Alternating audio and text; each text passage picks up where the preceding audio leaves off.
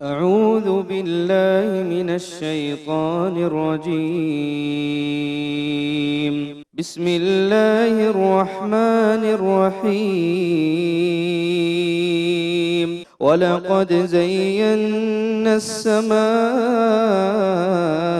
الدنيا بمصابيح وجعلناها رجوما للشياطين وأعتدنا لهم عذاب السعير. وللذين كفروا بربهم عذاب جهنم وبئس المصير. اب میں دعوت دیتا ہوں مولانا محمد جنید صاحب مکی،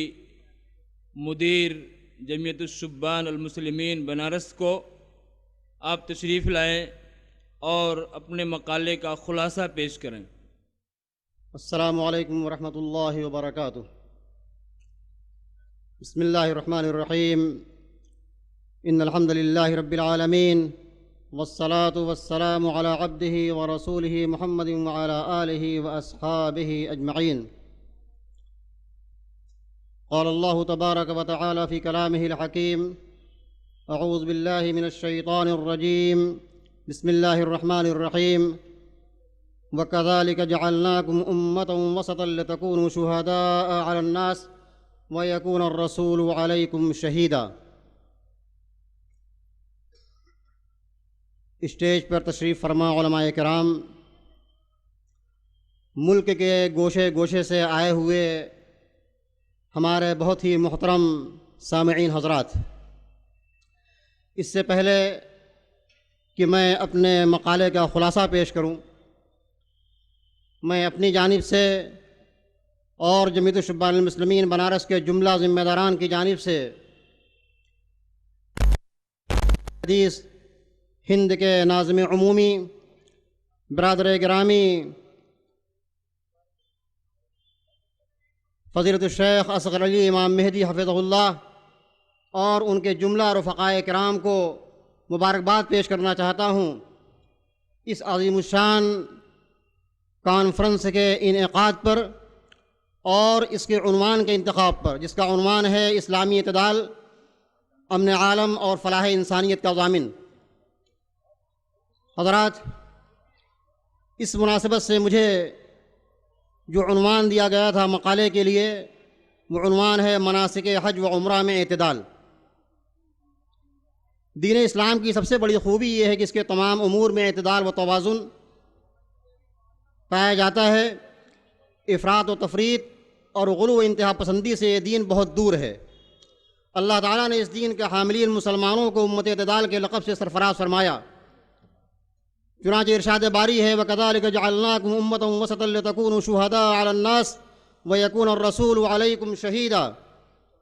اور اسی طرح ہم نے تمہیں امت اعتدال بنایا ہے بھی منتخب کیے ہیں۔ میں ان عنوان کو آپ کے سامنے پیش کر دینا چاہتا ہوں کہ حج کی فرضیت، حج کے اقسام، احرام، وقوف عرفہ، رمی جمرات میں توکیل، طواف کعبہ و حجر اسود کا بوسہ، مناسک حج میں تقدیم و تاخیر، تنعیم وغیرہ سے بکثرت عمرہ کی حیثیت، زیارت قبر نبوی اور مسجد نبوی میں 40 نمازوں کی حیثیت، اور اس طرح کے میں نے چند ذیلی عناوین منتخب کیے ہیں، جس کی تفصیل کچھ یوں ہے کہ حج کی فرضیت کے بارے میں اسلام کا کیا موقف ہے۔ حج اسلام کا ایک عظیم رکن ہے، چونکہ وہ بدنی و مالی عبادت ہے، اس لیے غیر مستطیع پر واجب نہیں ہے۔ یہ اعتدال کے سارے مظاہر ہیں تاکہ وہ حرج اور مشقت میں نہ پڑے۔ اللہ تعالیٰ نے اس اعتدال کو یوں واضح فرمایا: وَلِلَّهِ عَلَى النَّاسِ حِجُّ الْبَيْتِ مَنِ اسْتَطَاعَ إِلَيْهِ سَبِيلًا وَمَنْ كَفَرَ فَإِنَّ اللَّهَ غَنِيٌّ عَنِ الْعَالَمِينَ۔ اللہ کے لیے ان لوگوں پر حج بیت اللہ فرض ہے جو اس گھر تک جانے کی استطاعت رکھتے ہیں، اور جو کوئی کفر کرے تو اللہ تعالیٰ تمام دنیا سے بے پرواہ ہے۔ اور مستطیع پر بھی اللہ تعالیٰ نے زندگی میں ایک بار حج فرض کیا ہے، اس لیے کہ اس میں بہت مشقت ہے اور مختلف دشوار گزار مرحلے سے گزرنا پڑتا ہے۔ چنانچہ حضرت ابو ہریرہ سے روایت ہے کہ خطبنا رسول اللہ صلی اللہ علیہ وسلم فقال: ایھا الناس قد فرض اللہ علیکم الحج فحجوا، فقال رجل اکل عام یا رسول اللہ، فسکت حتی قالها ثلاثا فقال رسول اللہ صلی اللہ علیہ وسلم لو قلت نعم لوجبت ولما استطعتم۔ رسول اللہ صلی اللہ علیہ وسلم نے ہمیں خطبہ دیتے ہوئے فرمایا کہ اے لوگو، اللہ نے تم پر حج فرض کیا ہے تو حج کرو۔ ایک شخص نے پوچھا کہ اے اللہ کے رسول، کیا ہر سال؟ تو آپ خاموش رہے۔ اس نے 3 بار یہی سوال دہرایا تو آپ نے فرمایا کہ اگر میں ہاں کہہ دیتا تو حج ہر سال واجب ہو جاتا اور تم لوگ اس کی طاقت نہ رکھتے۔ شریعت نے یہ بھی آسانی رکھی ہے کہ اگر کسی کے پاس مالی استطاعت ہے، بدنی استطاعت نہیں ہے، تو کسی کو اپنا وکیل اور نائب بنا کر حج پر بھیج سکتا ہے، بشرطے کہ وہ پہلے خود اپنا حج کر چکا ہو۔ اسی طرح مسجد کی طرف سے بھی حج و عمرہ ادا کیا جا سکتا ہے، جس کی تفاصیل آپ کو حدیثی کتابوں میں ملیں گی۔ حج کے اقسام۔ حج میں اعتدال کا ایک مظہر یہ بھی ہے کہ شریعت میں حج کے مختلف انواع و اقسام بیان کیے گئے ہیں۔ افراد، قران، تمتع۔ شریعت نے کسی ایک نوع کو، ایک قسم کو واجب نہیں قرار دیا، بلکہ ان تینوں اقسام میں سے کسی بھی حج کی نیت کر کے احرام باندھ لے تو اس کا حج صحیح ہے اور اس پر سے فریضہ حج ساقط ہو جائے گا۔ احرام میں اعتدال۔ ارکان حج و عمرہ میں سے احرام ہے، لیکن اس میں بھی اعتدال کو ملحوظ رکھا گیا کہ اس میں کسی خاص لباس کو متعین نہیں کیا گیا کہ لوگ مشقت میں پڑیں، بلکہ مردوں کے لیے بغیر سرے 2 صاف کپڑے، ایک تہبند اور ایک چادر کو احرام کا لباس قرار دیا گیا تاکہ عام لوگوں کو آسانی کے ساتھ دستیاب ہو جائے۔ البتہ اگر سفید ہو تو مستحب ہے، اور جوتا و چپل وہ پہنے جو ٹخنوں کو نہ ڈھانپے۔ لیکن عورتوں کے لیے وہی احرام ہے جو عموماً وہ پہنتی ہے، جو لباس عموماً وہ پہنتی ہے۔ البتہ حالت احرام میں عورت نقاب اور دستانہ نہیں پہنے گی، جیسا کہ نبی کریم علیہ الصلوۃ والتسلیم نے ارشاد فرمایا ولا تنتقب المحرمہ ولا تلبس القفازین، اور عورت حالت احرام میں نقاب نہ پہنے اور نہ ہی دستانہ۔ وقوف عرفہ میں اعتدال۔ حج میں اعتدال کی ایک مثال یہ بھی ہے کہ وقوف عرفہ جو حج کا سب سے عظیم رکن ہے، بغیر اس کے حج نہیں ہوگا، جیسا کہ نبی کریم علیہ الصلوۃ والتسلیم نے فرمایا کہ الحج عرفہ، حج وقوف عرفہ کا نام ہے۔ اس کا وقت 9ویں ذی الحجہ کو طلوع فجر سے لے کر 10ویں ذی الحجہ کے طلوع فجر تک ہے، جیسا کہ کبار علماء کرام نے فتویٰ دیا ہے۔ اس لیے اگر کوئی شخص کسی وجہ سے 9ویں ذی الحجہ کو دن میں وقوف نہ کر سکے اور 10ویں ذی الحجہ کی رات میں وقوف کر لے تو اس کے حج کا یہ عظیم رکن ادا ہو جائے گا، جیسا کہ امام احمد نے حضرت عروہ ابن مدرس سے روایت کیا ہے کہ انہوں نے عہد رسالت میں حج کیا تو رات کے وقت حاجیوں سے ان کی ملاقات مزدلفہ میں ہوئی، پھر وہاں سے وہ عرفات گئے، پھر وہاں سے واپس ہو کر مزدلفہ آئے۔ انہوں نے نبی کریم صلی اللہ علیہ وسلم سے عرض کیا کہ اے اللہ کے رسول، میں نے اپنے آپ کو اور اپنی سواری کو بہت تھکایا، تو کیا میرا حج ہو جائے گا؟ تو آپ صلی اللہ علیہ وسلم نے فرمایا کہ من صلی معنا صلاة الغداة بجمع ووقف معنا حتى نفيض وقد افاض قبل ذلك من عرفات ليلا او نهارا فقد تم حجه وقضى تفثه۔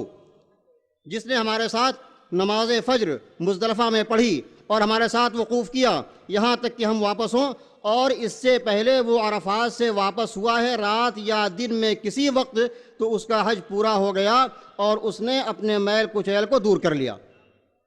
رمی جمرات میں اعتدال۔ حج میں اعتدال کا ایک نمونہ یہ بھی ہے کہ رمی جمرات میں لوگوں کو آزاد نہیں رکھا گیا کہ جس طرح چاہیں اور جتنے بڑے پتھر سے چاہیں رمی کریں، جیسا کہ آج کل بعض حجاج کرام نادانی میں کرتے ہیں اور دوسرے حاجیوں کے لیے مصیبت اور پریشانی کا سبب بنتے ہیں۔ چنانچہ حضرت عبداللہ ابن عباس رضی اللہ عنہما بیان کرتے ہیں کہ رسول اللہ صلی اللہ علیہ وسلم نے حج کی 10 تاریخ کی صبح فرمایا جبکہ آپ سواری پر تھے کہ میرے لیے کنکری چن لو۔ میں نے چھوٹی چھوٹی کنکری کو چنا جن کو آسانی سے انگلیوں پر رکھ کر پھینکا جا سکے، تو آپ نے اپنے ہاتھ میں رکھ کر 2 بار فرمایا کہ بِأَمْثَالِ هَؤُلَاءِ بِأَمْثَالِ هَؤُلَاء۔ اسی طرح ہونا چاہیے، اسی طرح ہونا چاہیے۔ اور یہ بھی ارشاد فرمایا کہ إِيَّاكُمْ وَالْغُلُوَ فَإِنَّمَا هَلَكَ مَنْ كَانَ قَبْلَكُمْ بِالْغُلُوِّ فِي الدِّينِ۔ اے لوگو، غلو سے بچو، انتہا پسندی سے بچو، اس لیے کہ تم سے پہلے جو لوگ تھے وہ دین میں غلو کی وجہ سے ہی ہلاک ہوئے۔ امام بیہقی نے روایت کیا ہے کہ نبی کریم علیہ الصلوۃ والتسلیم نے رمی جمرہ کے موقع پر یہ بھی فرمایا کہ یا ایھا الناس لا یقتل بعضکم بعضا واذا رمیتم الجمرہ فرموا بمثل حصى الخصف۔ اے لوگو،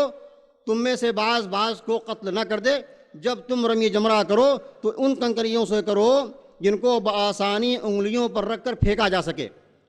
علامہ ابن قدامہ نے نقل کیا ہے کہ اسرم نے خصف کی تعریف یوں کی ہے کہ چنے سے تھوڑا بڑا اور بندوق پھل سے چھوٹا ہوتا ہے۔ اور حضرت عبداللہ ابن عمر بکری کے مینگنی کے برابر پتھر سے رمی کیا کرتے تھے۔ حضرت عبداللہ ابن عباس کی حدیث ایاکم والغلو پر شیخ الاسلام ابن تیمیہ رحمۃ اللہ علیہ نے اقتضاء الصراط المستقیم میں گفتگو کرتے ہوئے فرمایا کہ اس عام لفظ کا سبب رمی جمرات ہے، جو کہ اس ممانعت میں داخل ہے، اور اس میں غلو یہ ہے کہ بڑے بڑے پتھر یا اس طرح کی چیزوں سے رمی کی جائے جو چھوٹی کنکریوں سے بڑی ہو،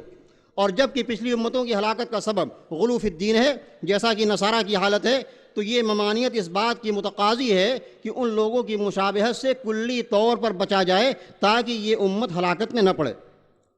رمی جمرات کے سلسلے میں شریعت نے یہ بھی آسانی رکھی ہے کہ کنکریاں مزدلفہ یا منا جاتے ہوئے راستے میں یا منا سے جہاں سے بھی بآسانی مل جائیں انہیں چن لے، اور انہیں دھونے کی ضرورت نہیں ہے جیسا کہ بعض لوگ کرتے ہیں،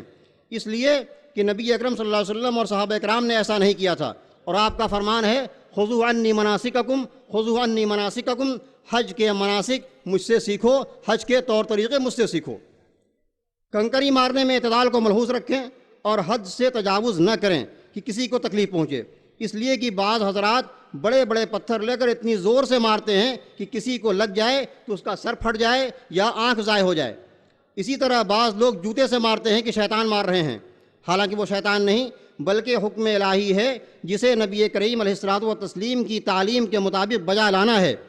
اسی طرح 7 کنکریوں کو اکٹھا مارنا بھی صحیح نہیں ہے بلکہ ایک ایک کر کے مارنا ہے، یعنی کنکری مارنے میں بھی اعتدال کو اپنایا جائے اور افراط و تفریط سے بچا جائے۔ رمی جمرات میں توکیل، کنکری مارنے میں آسانی کی خاطر توکیل بھی جائز ہے، یعنی بچے، بوڑھے، کمزور اور عورتیں جو اپنی کنکری نہ مار سکیں ان کی جانب سے نائب بن کر کنکریاں مارنا صحیح ہے، جیسا کہ حضرت جابر سے مروی ہے کہ حججنا مع رسول اللہ صلی اللہ علیہ وسلم ومعنا النساء والصبیان فلبینا عن الصبیان ورمینا عنہم، ہم نے رسول اللہ صلی اللہ علیہ وسلم کے ساتھ حج کیا، ہمارے ساتھ عورتیں اور بچے بھی تھے، بچوں کا تلبیہ بھی ہم نے کہا اور ان کی طرف سے کنکریاں بھی ماریں، اور اللہ تعالیٰ کا فرمان ہے فاتقوا اللہ ما استطعتم، بس جہاں تک تم سے ہو سکے اللہ سے ڈرتے رہو۔ تو جو شخص کسی بچے، عورت یا کسی بوڑھے شخص کی کنکریاں مارنا چاہے وہ پہلے اپنی مارے پھر اسی جگہ اس شخص کی طرف سے مارے گا، یہ نہیں کہ پہلے اپنی کنکریاں مارنے کے لیے جائے پھر واپس ہو کر دوبارہ اس کے لیے جائے، اس میں مشقت ہے اور اسلام آسانی اور اعتدال چاہتا ہے۔ طواف کعبہ اور حجر اسود کا بوسہ، حج و عمرہ میں توسط و اعتدال کا ایک مظہر یہ بھی ہے کہ طواف میں حجر اسود کا بوسہ جو سنت مؤکدہ ہے وہ اس صورت میں ہے جبکہ بآسانی بوسہ دیا جا سکے، اور اگر بوسہ دینا مشکل ہو تو اس کی طرف اشارہ کرنا ہی کافی ہے۔ اگر بوسہ دینے میں دیگر مسلمانوں کو تکلیف پہنچنے کا خدشہ ہو تو ایسی صورت میں حجر اسود کا بوسہ نہیں دے گا بلکہ تکبیر کہتے ہوئے ہاتھ سے اشارہ کرنا ہی کافی ہوگا۔ یہ اس شریعت میں آسانی کا ایک نمونہ اور حج و عمرہ کے حکام میں اعتدال کی ایک واضح مثال ہے کہ شریعت نے مسلمانوں کے حقوق و راحت کا کس درجہ خیال کیا ہے۔ اس کی تاکید اس روایت سے ہوتی ہے جس کو امام احمد نے حضرت عمر بن خطاب سے روایت کیا ہے کہ نبی کریم صلی اللہ علیہ وسلم نے ان سے فرمایا یا عمر انک رجل قوی لا تزاحم علی الحجر فتؤذی الضعیف وان وجدت خلوۃ فاستلمه والا فاستقبله فهلل وکبر، اے عمر تم مضبوط آدمی ہو، حجر اسود کو بوسہ دینے میں بھیڑ مت لگاؤ کہ کمزور کو تکلیف پہنچاؤ، اگر خالی پاؤ تو بوسہ دے دو ورنہ اس کے سامنے آ کر تحلیل و تکبیر کہو۔ امام ابن عبد البر نے تمہید میں نقل کیا ہے کہ اس میں کسی کا اختلاف نہیں ہے کہ جو شخص قدرت رکھے اس کے لیے طواف میں حجر اسود کا بوسہ دینا حج کی سنتوں میں سے ہے، اور جو شخص بوسہ کی طاقت نہ رکھے وہ اپنا ہاتھ اس پر رکھ کر اسے چوم لے، اگر بھیڑ کی وجہ سے ہاتھ بھی نہ رکھ سکے تب اس کے سامنے آ کر تکبیر کہے، اور اگر یہ بھی نہیں کیا تو اس پر کوئی حرج نہیں ہے۔ طواف کعبہ میں یہ بھی آسانی ہے کہ اگر اس کا کچھ حصہ یعنی طواف کا کچھ حصہ اگر گراؤنڈ فلور پر اور کچھ حصہ بھیڑ کی وجہ سے پہلی، دوسری یا تیسری منزل یا چھت پر سے کیا جائے تو بھی طواف صحیح ہے۔ طواف کی 2 رکعت میں ضروری نہیں ہے کہ مقام ابراہیم کے پیچھے ہی ادا کیا جائے، بلکہ اس میں بھی یہ سہولت ہے کہ ازدحام کی وجہ سے حرم شریف میں کہیں بھی ادا کیا جا سکتا ہے۔ طواف کے ہر چکر کے لیے مخصوص دعا بھی وارد نہیں ہے جیسا کہ بعض کتابوں میں لکھا جاتا ہے، بلکہ تلاوت قرآن، استغفار و اذکار، تسبیح و تحلیل اور جو بھی دعا کرنا چاہے کرے، البتہ رکن یمانی اور حجر اسود کے درمیان ربنا آتنا فی الدنیا حسنہ وفی الآخرۃ حسنۃ وقنا عذاب النار پڑھنا مستحب ہے۔ طواف کے بارے میں یہ بھی سہولت ہے کہ اگر کسی نے ایام حج میں تمام ارکان حج کو ادا کر دیا لیکن طواف افاضہ نہیں کر سکا اور اس کو حج کے بعد فوراً سفر درپیش ہے تو وہ طواف افاضہ اور طواف وداع کی نیت سے ایک ہی طواف بھی کر لے گا تو اس کے لیے کافی ہو جائے گا۔ البتہ اگر طواف وداع الگ سے کر لے تو افضل ہے۔ طواف کے سلسلے میں بہت سارے مبالغہ آمیز قصے اور کہانیاں کتابوں میں لکھے جاتے ہیں۔ میں آپ کے سامنے چند ایک نمونہ پیش کروں۔ بعض کتابوں میں لکھا ہے کہ ایک مرتبہ ایک عجمی آدمی کعبہ کا طواف کر رہا تھا، حالانکہ وہ دیندار تھا۔ کعبہ کے طواف کے درمیان اس کے کان میں کسی عورت کے پازیب کی آواز پڑ گئی۔ کوئی عورت طواف کر رہی تھی، اس کے پازیب کی آواز پڑ گئی، اس طرف اس نے نگاہ اٹھائی، گھور گھور کر دیکھنے لگا۔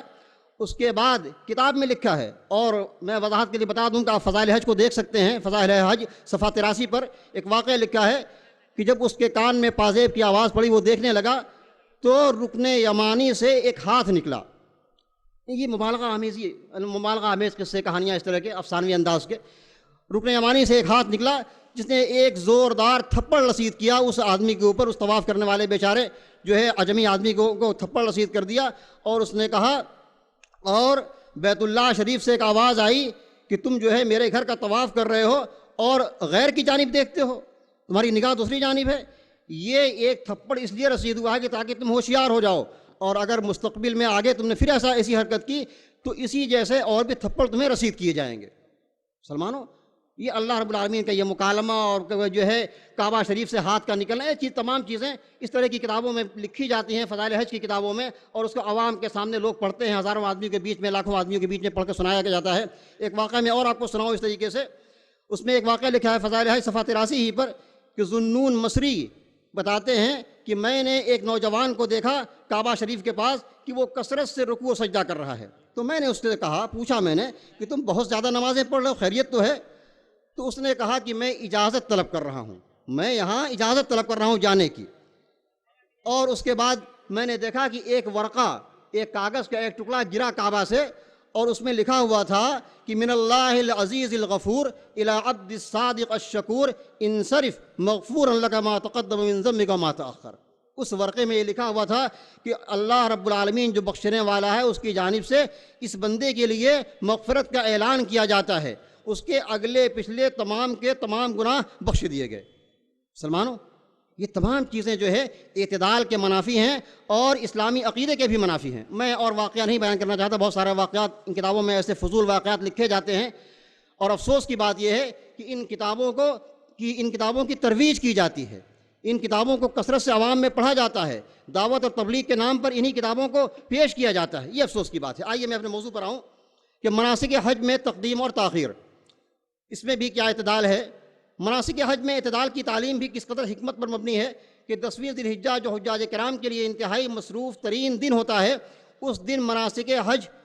رمی، جمرہ، قربانی، حلق یا قصر اور طواف افاضہ کو بالترتیب کرنا سنت ہے۔ لیکن ان مناسک میں اگر تقدیم و تاخیر ہو جائے تو کوئی حرج کی بات نہیں، بلکہ اعتدال کا پہلو یہ ہے کہ اس میں تشدد نہیں ہے اور نہ ہی کوئی دم وغیرہ ہے، جیسا کہ بعض لوگ بیچارے حجاج کرام کو پریشان کرتے ہیں اور دم دلواتے رہتے ہیں اس کا دم نکل جائے۔ اس لیے کہ آپ صلی اللہ علیہ وسلم منی میں کھڑے تھے، لوگ سوال کرنے لگے، ایک نے پوچھا کہ میں نے قربانی سے پہلے سر مڈا لیا، تو آپ نے جواب دیا کہ جاؤ قربانی کرو، کوئی حرج نہیں۔ دوسرے نے پوچھا کہ میں نے کنکریاں مارنے سے پہلے قربانی کر لی ہے، تو آپ صلی اللہ علیہ وسلم نے فرمایا کہ جاؤ کنکریاں مارو، کوئی حرج نہیں۔ اسی طرح اس دن جس نے بھی تقدیم و تاخیر کا کوئی سوال کیا تو اس کو آپ صلی اللہ علیہ وسلم نے یہی جواب دیا کہ افعل ولا حرج، افعل ولا حرج، جاؤ کرو، کوئی حرج نہیں۔ تنعیم وغیرہ سے بکثرت عمرہ کی حیثیت۔ حج کے بعد بعض حجاج کرام تنعیم یا جعرانہ وغیرہ سے بکثرت عمرہ کرتے ہیں، جیسا کہ مشاہدہ ہے۔ یہ غیر مشروع اور اعتدال کے منافی ہے، اس لیے کہ نبی کریم علیہ الصلوۃ والتسلیم اور آپ کے صحابہ کرام نے حج کے بعد عمرہ نہیں کیا، صرف حضرت عائشہ صدیقہ نے تنعیم سے عمرہ کیا تھا، اس وجہ سے کہ دخول مکہ کے وقت وہ دیگر صحابہ کرام کے ساتھ حیض کی وجہ سے عمرہ نہیں کر سکی تھیں۔ تو جو اس طرح کی حالت سے دوچار ہو اس کے لیے حج کے بعد تنعیم سے عمرہ کرنے میں کوئی حرج نہیں ہے۔ حجاج کرام سے مخفی نہیں ہے کہ عمرہ کی اس کثرت کی وجہ سے کتنی مشکلیں درپیش ہوتی ہیں اور ازدحام اور بھیڑ کی وجہ سے کتنے حادثات ہو جاتے ہیں۔ اس لیے عمرہ کی ادائیگی میں نبی کریم علیہ الصلوۃ والتسلیم کی سنت اور اعتدال و وسطیت کا احترام ضروری ہے۔ زیارت قبر نبوی اور مسجد نبوی میں 40 نمازوں کی حیثیت۔ حج و عمرہ کے متعلق یہ بھی واضح کرنا ضروری ہے کہ نبی کریم صلی اللہ علیہ وسلم کی قبر کی زیارت یا مسجد نبوی میں 40 وقت کی نمازوں کا حج و عمرہ سے کوئی تعلق نہیں ہے، جیسا کہ بعض حجاج کرام سمجھتے ہیں، اور فضائل حج وغیرہ میں اس طرح کا تذکرہ کیا جاتا ہے، کیونکہ اس سلسلے میں جو حدیثیں پیش کی جاتی ہیں وہ ثابت نہیں ہیں۔ مثلاً یہ حدیث کہ من حج البیت ولم یزرنی فقط جفانی، جس نے بیت اللہ کا حج کیا اور میری زیارت نہیں کی اس نے میرے ساتھ بدخلقی کی، اس حدیث کو پیش کیا جاتا ہے، اور فضائل حج میں بھی اس حدیث کو نقل کیا گیا ہے، اور بہت ساری حدیثیں اس طرح کی پیش کی گئی ہیں۔ تو یہ حدیث جو میں نے ذکر ابھی آپ کے سامنے میں نے جو ذکر کی ہے، یہ حدیث موضوع ہے، اور یہ حدیث کہ من صلی فی مسجدی 40 صلاۃ لا تفوتہ صلاۃ کتب لہ براءۃ من النار وبراءۃ من العذاب وبرئ من النفاق، جس نے میری مسجد میں 40 وقت کی نماز پڑھی، اس کی کوئی نماز فوت نہیں ہوئی، اس کے لیے جہنم اور عذاب جہنم سے برات لکھ دی جاتی ہے، اور وہ شخص نفاق سے بری ہو جاتا ہے۔ یہ حدیث بھی منکر ہے اور قابل احتجاج نہیں ہے، جیسا کہ اس کے بارے میں آپ سلسلۃ احادیث ضعیفہ میں دیکھ سکتے ہیں۔ مسجد نبوی کی زیارت اور اس میں نماز کے ثواب کے بارے میں اعتدال کا موقف اختیار کرنا چاہیے، جو صحیح حدیثوں میں ثابت ہے کہ لا تشد الرحال الا الى ثلاثة مساجد المسجد الحرام و مسجد رسول صلی اللہ علیہ وسلم و مسجد الاقصی، 3 مسجدوں کے علاوہ کہیں ثواب کی غرض سے سفر نہ کیا جائے، مسجد حرام، مسجد نبوی اور مسجد اقصی۔ اس طرح صحیح حدیث میں یہ وارد ہے کہ مسجد نبوی میں ایک نماز کا ثواب 1000 نماز کے برابر ہے۔ حضرت ابو ہریرہ نبی کریم صلی اللہ علیہ وسلم سے روایت کرتے ہیں کہ صلاۃ فی مسجدی ھذا افضل من 1000 صلاۃ فیما سوا الا المسجد الحرام، کہ میری اس مسجد میں نماز مسجد حرام کے علاوہ بقیہ مساجد کے مقابلے میں 1000 نماز سے بہتر ہے۔ اس لیے مدینہ منورہ کے قیام کو غنیمت جانتے ہوئے کوشش ہونی چاہیے کہ زیادہ تر نمازیں مسجد نبوی میں ادا ہوں، تاکہ 1000 کا عظیم ثواب حاصل ہو، اور اس موقع پر مستحب ہے کہ قبر رسول صلی اللہ علیہ وسلم کی زیارت بھی مشروع طریقے پر کی جائے۔ لہذا مسجد نبوی کی زیارت اور نماز کے سلسلے میں مبالغہ آرائی اور افراط و تفریط سے بچتے ہوئے اعتدال کی راہ اپنانے کی ضرورت ہے۔ مناسک حج و عمرہ میں اعتدال کے مختلف مظاہر ہیں، جن میں سے چند بیان میں نے کیا ہے۔ اللہ تعالیٰ سے دعا ہے کہ تمام مسلمانوں کو حج و عمرہ کی سعادت سے بھراور فرمائے، اور اس میں اعتدال اور وسطیت کی توفیق بخشے، اور تمام دینی امور میں افراط و تفریط اور غلو و انتہا پسندی سے محفوظ رکھے۔ آمین واللہ عالم، وصلی اللہ علی نبینا محمد وعلی آلہ وصحبہ وسلم، والسلام علیکم ورحمۃ اللہ وبرکاتہ۔